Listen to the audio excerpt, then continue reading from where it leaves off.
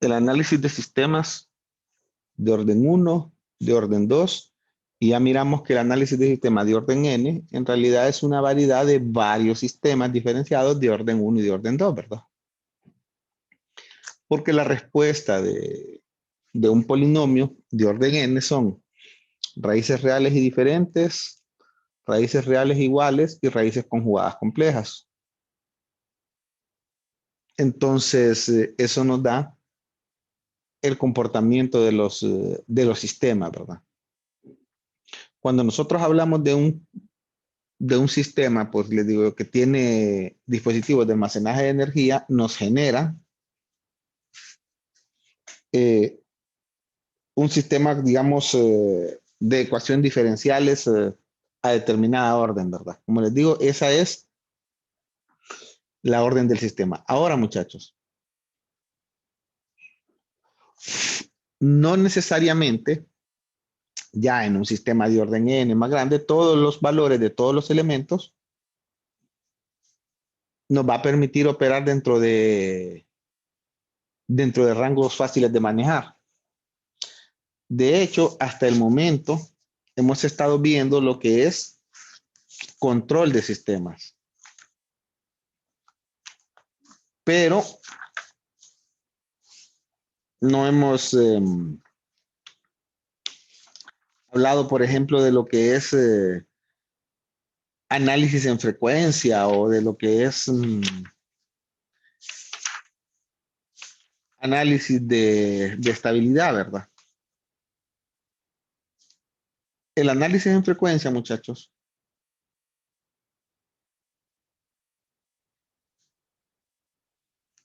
ustedes lo van a, digamos que lo van a encontrar fácilmente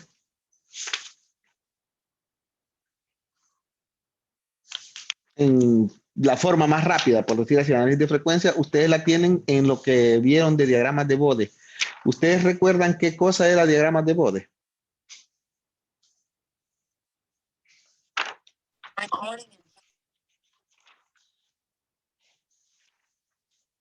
No sé si recuerdan.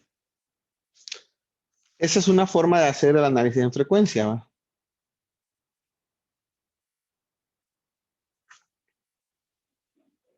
Aquí nos vamos a apoyar del análisis en frecuencia cuando miremos también el criterio de Routh-Horowitz, perdón, el criterio de Nyquist y el lugar geométrico de las raíces.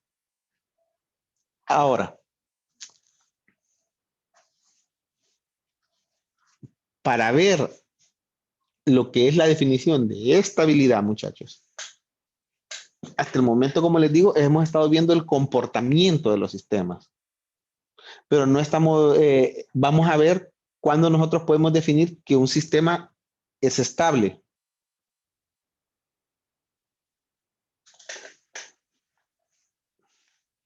Lo vamos a ver aquí y de ahí van a entender, digamos, el porqué.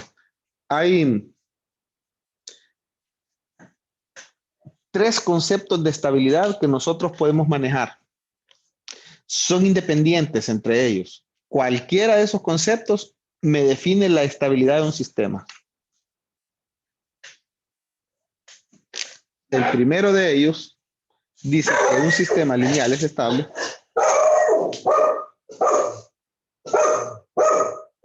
Permítanme, muchachos.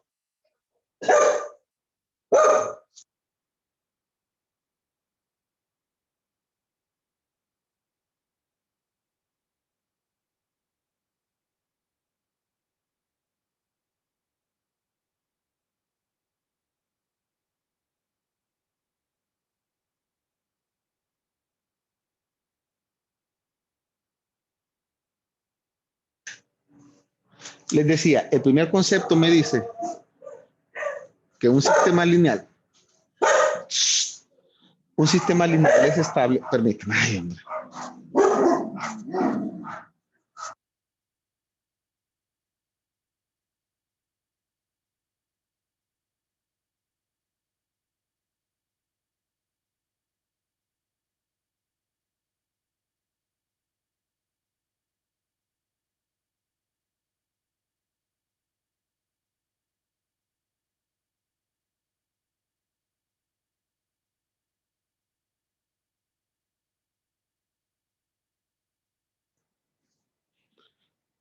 Aquí estamos de vuelta, muchachos. Ay, disculpen. Pero bueno, sí. La definición de estabilidad, pues, como les decía, son tres conceptos. Uno de ellos dice que un sistema lineal es estable. Fíjense bien, estamos hablando de sistemas lineales, ¿verdad?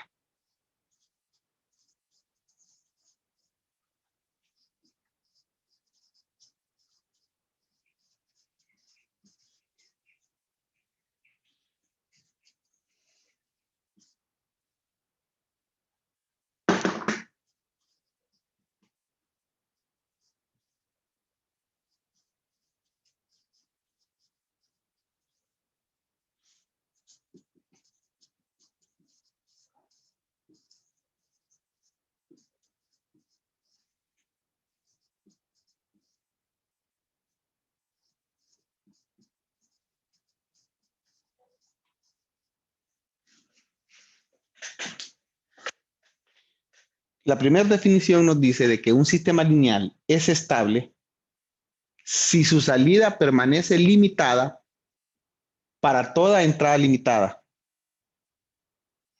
Esto es, muchachos, si yo tengo un sistema y yo quiero saber si es lineal, tengo que probar toda entrada limitada que se me ocurre. Y como la salida sigue a la entrada, entonces la salida va a estar limitada dentro de factores parecidos a la señal de entrada. La desventaja de esta forma de probar estabilidad en un sistema es que tengo que probar para el mismo sistema cualquier tipo de entrada. Una entrada limitada, muchachos, es aquella que, que está limitada en el tiempo, que no crece todo el tiempo. Por ejemplo, una constante, una senoide, una entrada triangular, o sea, algo que está limitado. Si yo tengo una entrada limitada y a la salida tengo algo que no es limitado, como que yo meta una constante y a la salida tengo algo que tiene infinito, por ejemplo, entonces en ese caso el sistema sería inestable. Como les digo, esta definición cumple. El problema, muchachos, es probar toda la señal limitada que nos ocurre. Ahí ya no está dando una desventaja, ¿verdad? Pero la definición cumple. Lo que pasa es que no es práctica.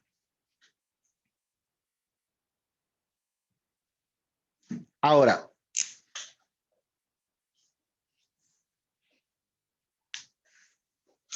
como les digo, no es la única definición, pero captan el concepto ustedes cuando uno habla de entrada limitada. No sé si están terminando ahí de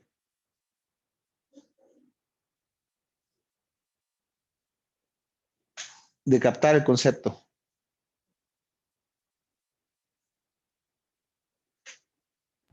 Estaríamos hablando de funciones cuyo rango es limitado, entonces, en pocas palabras.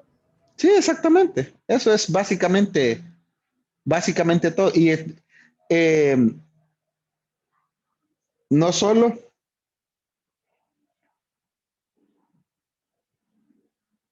cuyo rango es limitado, sino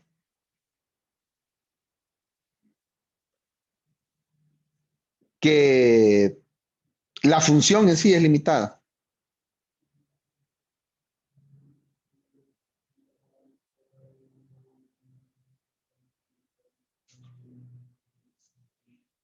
Imagínense que yo les pongo, por ejemplo, así para, venga, y digo yo, bueno, vamos a probar si la entrada es 2, por ejemplo, un valor constante 2. En la salida tiene que haber algo igual a 2, parecido, pues. Ajá, pero también tengo que probar entonces 2.01. También tengo que probar, por ejemplo, 2.003. También tengo que probar 2. Para hacer caso, 2.1, 1.99 para cada uno de ellos. Entonces, todas esas son entradas limitadas, ¿verdad? Pero si ustedes se fijan, eso significa que tengo un número infinito de entradas limitadas. Y ahí ese es precisamente el problema que da esa definición.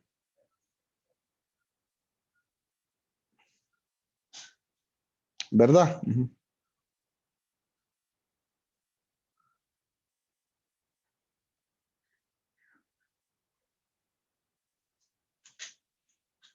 Y allí es donde nos metemos en problemas, pues. Porque no tenemos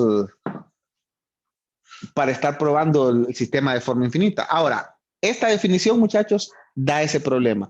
Por eso, a pesar de que existe y a pesar de que sabemos que si cumple, probamos que un sistema es lineal, realmente no lo utilizamos, es poco práctica. Miremos la otra. Esta es la primera definición. La segunda definición dice que un sistema lineal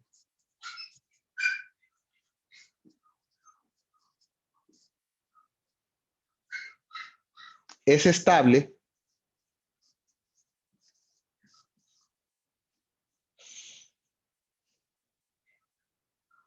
si su función de ponderación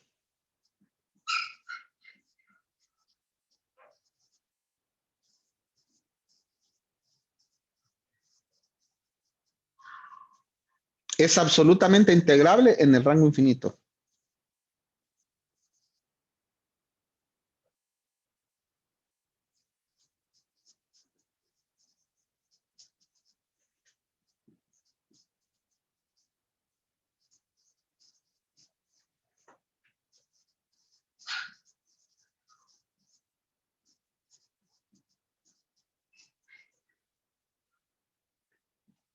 Esto es, muchachos,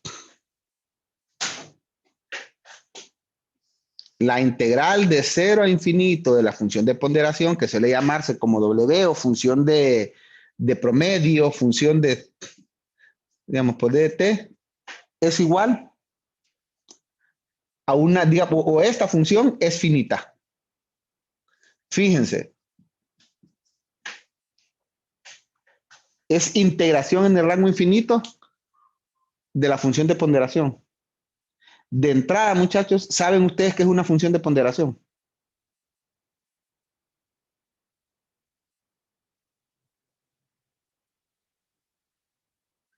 Si ya llevaron teoría de probabilidad, posiblemente la hayan visto, la hayan mencionado un poco. Pero yo sinceramente dudo que la hayan trabajado mucho. Tal vez les las hayan mencionado, ¿verdad? Una función de ponderación es una función de corrección estadística. Cuando ustedes tienen datos, tienen muestras, es por decir así como una función para corrección de un muestreo promedio.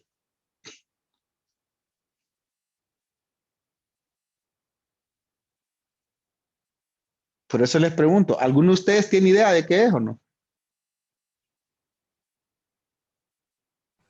No, bueno, no. Es que es difícil que tengan, porque en realidad, sobre todo los matemáticos especializados en la parte de análisis estadísticos, son los que manejan bastante esto. Pero aquí está el problema, muchachos. Incluso los sistemas sencillos tienen funciones de ponderación un poco complicadas. Eso significa que ante cualquier sistema que yo me presente, tengo en primer lugar que determinar cuál es esa función. Y después de encontrarla, que no es fácil encontrarla, tengo que trabajar esta integral. Y cuando esta integral me queda finita, o sea, me tiende a un valor, entonces yo ya sé que el sistema es estable. Nuevamente,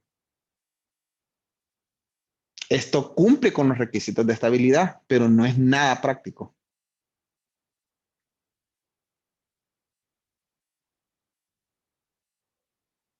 Si yo pruebo la primera, demuestro que un sistema es estable. Pues no puedo hacerlo. Si yo pruebo la segunda, demuestro que un sistema es estable, son independientes. Pero la segunda también es bien difícil. Entonces tenemos que buscar algo que se acople más a la forma de trabajo que nosotros tenemos en los sistemas. Y si ustedes se fijan, la forma de trabajo que nosotros tenemos en los sistemas es encontrar la función de transferencia, ¿verdad?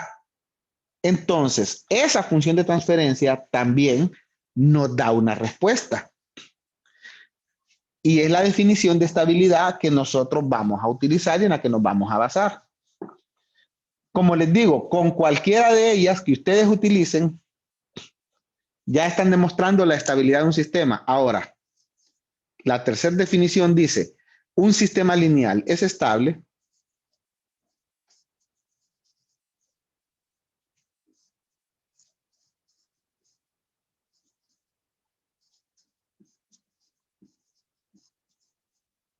perdón. Un sistema lineal es estable si todos los polos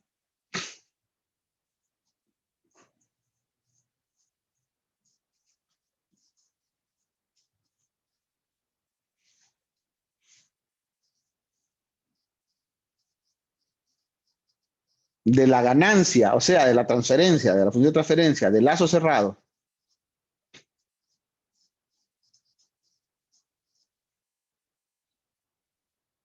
o sea, de la función CDS sobre RDS, una salida sobre una entrada y verdad, caen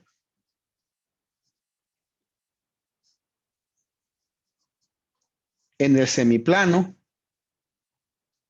izquierdo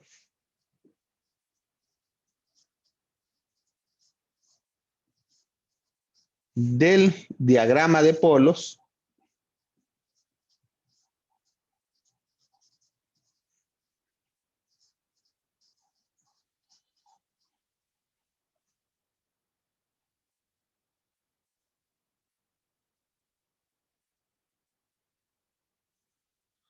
del diagrama de polos de lazo cerrado.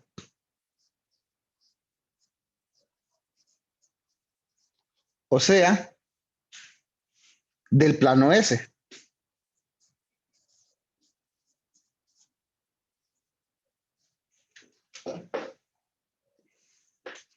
Nosotros ya hemos trabajado en esto, muchachos. Aquí solo lo estamos ratificando.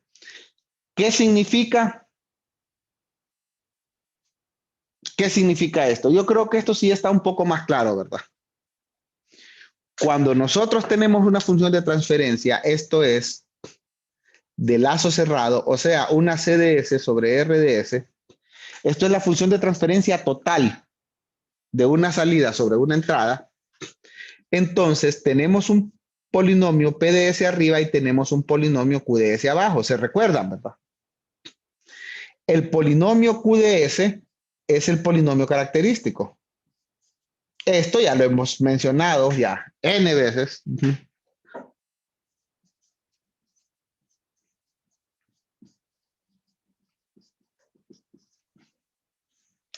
Cuando QDS es igual a 0, esos son los polos del sistema.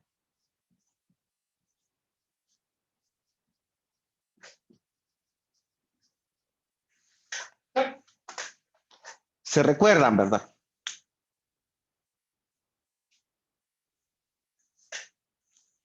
¿Se recuerdan de esto, muchachos? Que ya lo hemos mencionado varias veces. ¿O no?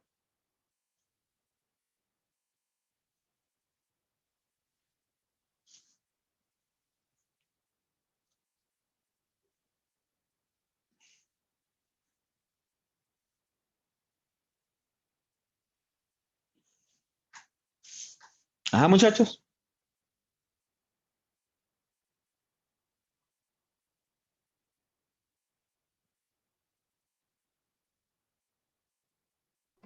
Sí, No, generalmente en laboratorios también lo tenemos en cuenta. sí. No, es que es importante porque recuerden que tienen polos de lazo abierto y polos de lazo cerrado. Los que me determinan la estabilidad de un sistema son los polos de lazo cerrado, o sea, los de esta función, la transferencia total. Ahora, hay que entender por qué. Si yo tengo esta función de transferencia total, QDS igual a 0 son los polos del sistema. Y me dice la definición que el sistema es estable si estos polos, su ubicación queda en el semiclano izquierdo del plano S. Cuando nosotros ponemos el plano S, lo que nosotros hacemos es ubicar todos los polos del sistema Así en esta forma, ¿verdad? En el plano. Este es el plano S, ¿ve? Recuerden que nosotros encontramos las diferentes raíces. Decimos, las raíces S son, por ejemplo, el polinomio característico puede ser de orden n, ¿verdad? Y recuerden que las raíces que tiene el polinomio característico pueden ser raíces reales y diferentes, raíces reales iguales o polos conjugados complejos. Solo pueden ser esas tres opciones, como ya lo habíamos mencionado realmente varias veces, ¿verdad? Entonces, si ubicamos los polos por una X, pueden ser polos reales y diferentes. En este caso pueden estar ubicados a través del eje real negativo, ¿verdad? O pueden ser polos reales e iguales, pueden estar en un mismo punto, como por ejemplo aquí, ¿ves? Pueden estar varios polos en el mismo punto. O pueden ser polos conjugados complejos, como por ejemplo, recuerden que siempre aparecen en pares los polos conjugados complejos. Pueden haber un par de polos aquí, de repente pueden haber un par de polos aquí, por ejemplo. El sistema es estable si todos los polos están en el semiplano izquierdo. Aquí está, esta es la mitad, semiplano izquierdo, semiplano derecho. Miren, cuando yo encuentro esa forma que hemos visto en los sistemas que tenemos en la representación, fíjense bien, de la representación de las ecuaciones pasamos a la representación del diagrama de bloque. Resolvemos el diagrama de bloque, ya sea por la fórmula de Mason o ya sea por solución de bloques, como sea, y nos queda la función de transferencia. Cuando tenemos la función de transferencia, tenemos un polinomio arriba y un polinomio abajo. Cuando resolvemos el polinomio de arriba, tenemos los ceros del sistema. Cuando resolvemos el polinomio de abajo, tenemos los polos del sistema. Ubicamos los polos. Si todos están en el semiplano izquierdo, entonces el sistema es estable. Como complemento o corolario, como quieran verlo, fíjense bien. Lo importante es la definición. La definición dice si todos.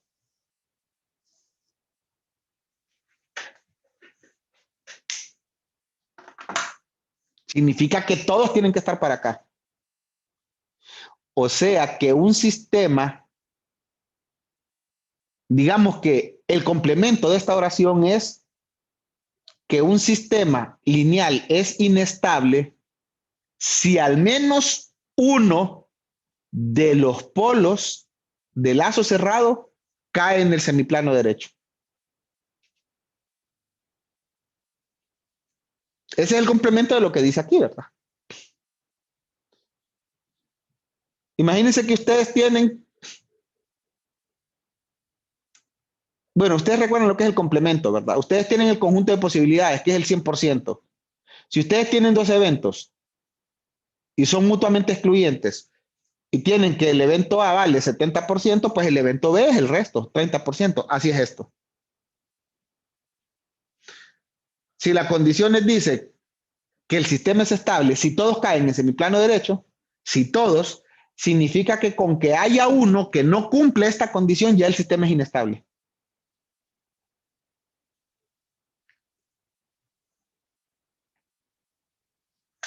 Imagínense que yo tengo un sistema y tengo todos mis polos así como los pongo aquí. Pero hay por lo menos uno que está en este lado. Ya estuvo, con eso basta, el sistema es inestable. Ahora, muchachos, ¿qué significa un sistema inestable? ¿Qué significa un polo en el semiplano derecho?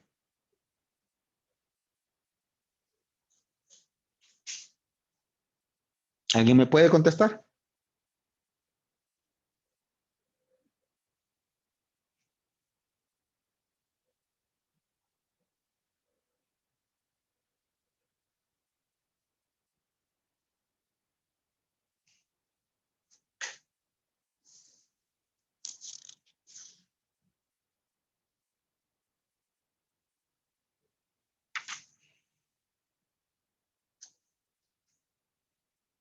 Ajá, muchachos. Ya, sinceramente, Deben saber qué significa esto, muchachos, a estas alturas.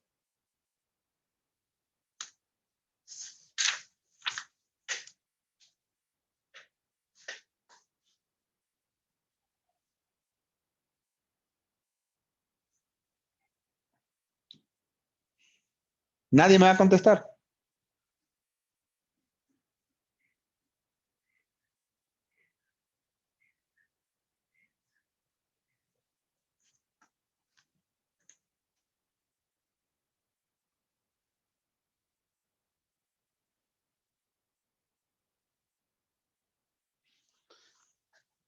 Bueno, espero tengan copiado esto, ¿verdad? O lo que lo revisen ahí en... O sea, porque vamos a ver ahora qué significa. Me preocupa que ustedes no contesten cuando les consulto, porque significa de que no tienen ni idea de lo que les estoy hablando, a lo mejor. Y eso significa de que prácticamente no han hecho caso a ninguno de los consejos que les he estado repitiendo todos los días. Y es un mal presagio eso, muchachos. Pero bueno, vamos a ver. En primer lugar, ¿qué significa ganancia de lazo cerrado? Ganancia de lazo cerrado significa que yo ya encontré la reducción de mi diagrama de bloques y que posiblemente lo dejé de esta forma. Casi a su reducción mínima, ¿verdad? Aquí está una señal R, una señal C, la salida. Y entonces la ganancia de lazo cerrado es CDS sobre RDS. O sea, GDS sobre 1 más GDS por HDS.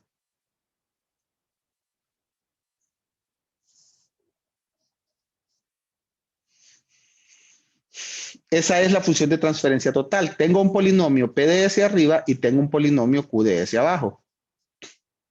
Imagínense que ese polinomio QDS es a a la n, s a la n, más a la n menos 1, s a la n menos 1, más, y así va. Ese es el polinomio característico, QDS. Si yo igualo a 0 ese polinomio,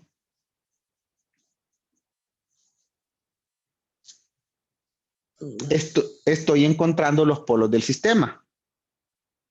Eso significa que voy a encontrar un montón de raíces. Voy a encontrar S1, S2, S3, hasta llegar a S a la N, que es el valor que tengo ahí. Voy a tener N raíces.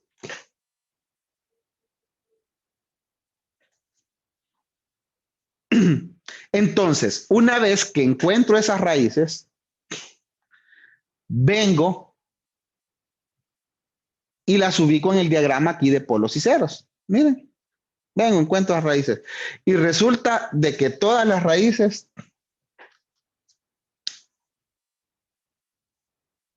están en este lado. ¿Ve?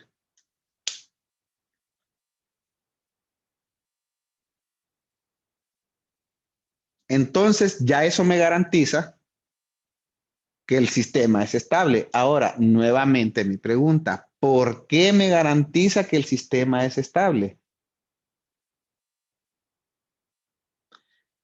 ¿De qué me sirven esas raíces? ¿De qué me sirven los polos? ¿Qué cosa me determinan los polos en un sistema?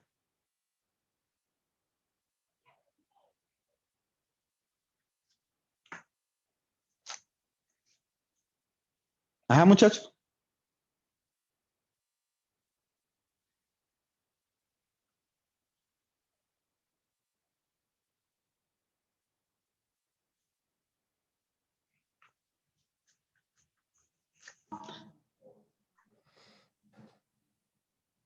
Determinan los valores que hacen cero la función de transferencia. Ve que No, hacen, que hacen indefinida. no, no. Nuevamente les vamos a dar un repaso de posiblemente ecuaciones diferenciales y métodos, ¿verdad? Y ya lo hemos visto en clase un montón de veces. Me preocupa bastante que no hayan ni leído eso. Imagínense que yo tengo y me dan, dicen, S1 igual a 2, a menos 2, perdón. S2 igual a menos 1 más J3, S3 igual a menos 1 menos J3. Esos son mis polos. Es un sistema de orden 3. Entonces, vengo yo y los ubico en mi diagrama de polos y ceros. Bueno, aquí tengo menos 2,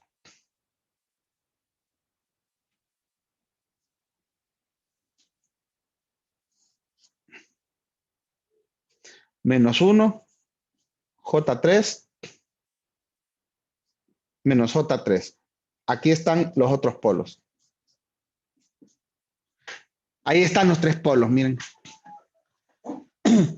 Por supuesto, muchachos, eso significa de que las raíces del polinomio son esto. O sea que yo podría encontrar el polinomio característico. QDS va a ser igual a S más 2 por S más 1 más J3 por S menos 1 menos J3. Ve, perdón, por S más 1 por S más 1 menos J3.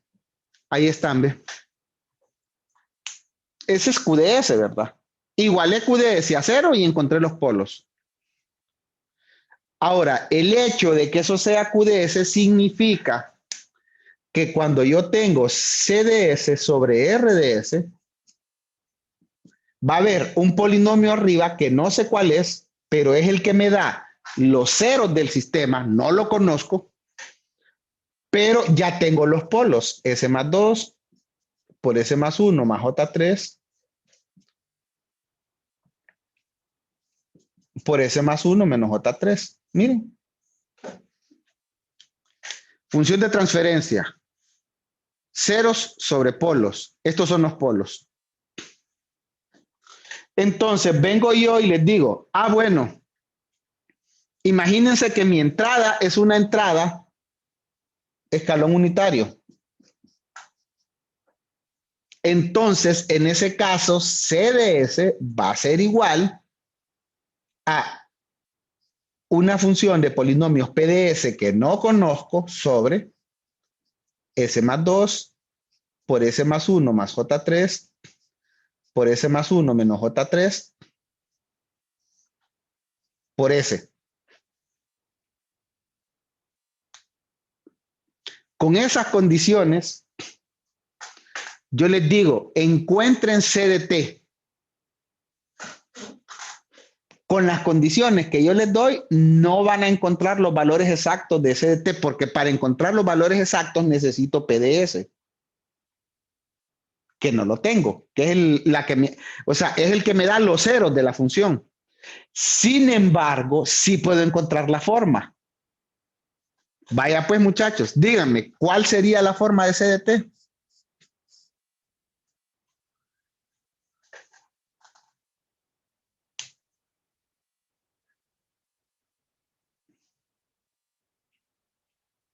¿Qué forma tendría la respuesta? La forma, no los valores. Con el PDS lo que yo encuentro son las constantes que están multiplicando a las funciones. Pero con lo que está abajo encuentro las funciones. Dígame si no es cierto. Entonces, ¿cuánto valdrían esas funciones?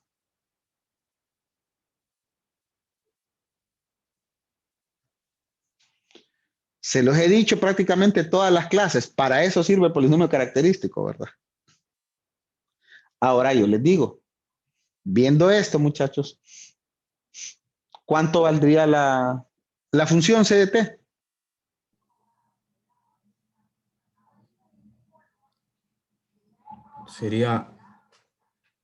Tendría la forma de 1 más... Exactamente. Uno tiene que estar por fuerza, porque ni modo, ¿verdad? Si la entrada es escalón, entonces, y el sistema es lineal, aparece 1. Ahora, más Más E a la menos Ese más 2 es el primero. Sí, ese más 2.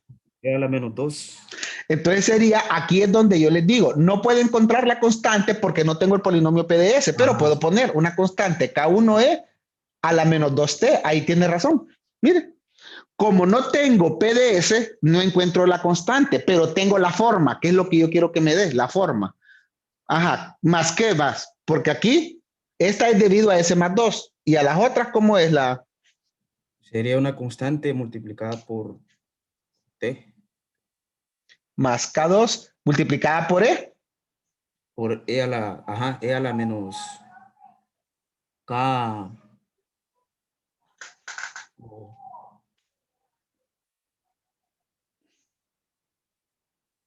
Uh-huh.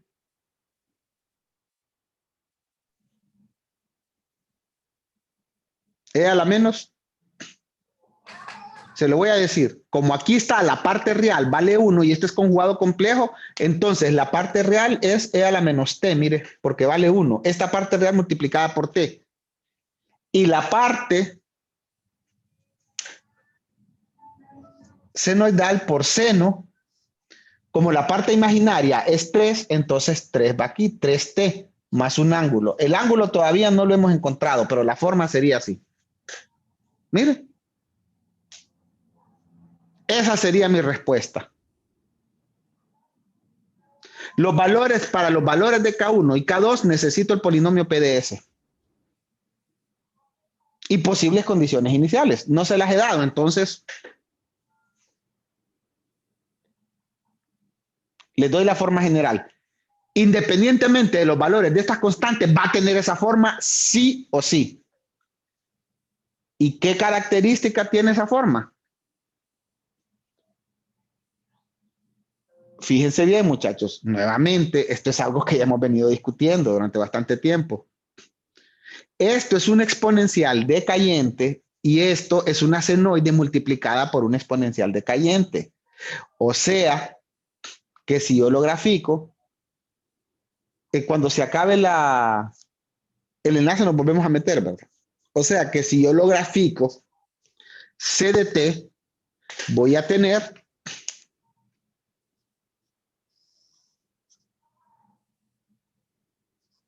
aquí tengo a la larga, miren, va a ser una exponencial decayente sumada a una senoidal decayente por una exponencial decayente. Entonces, cuando el tiempo transcurra, cuando t tienda a infinito, va a ser una función que decae así, más una función que decae así,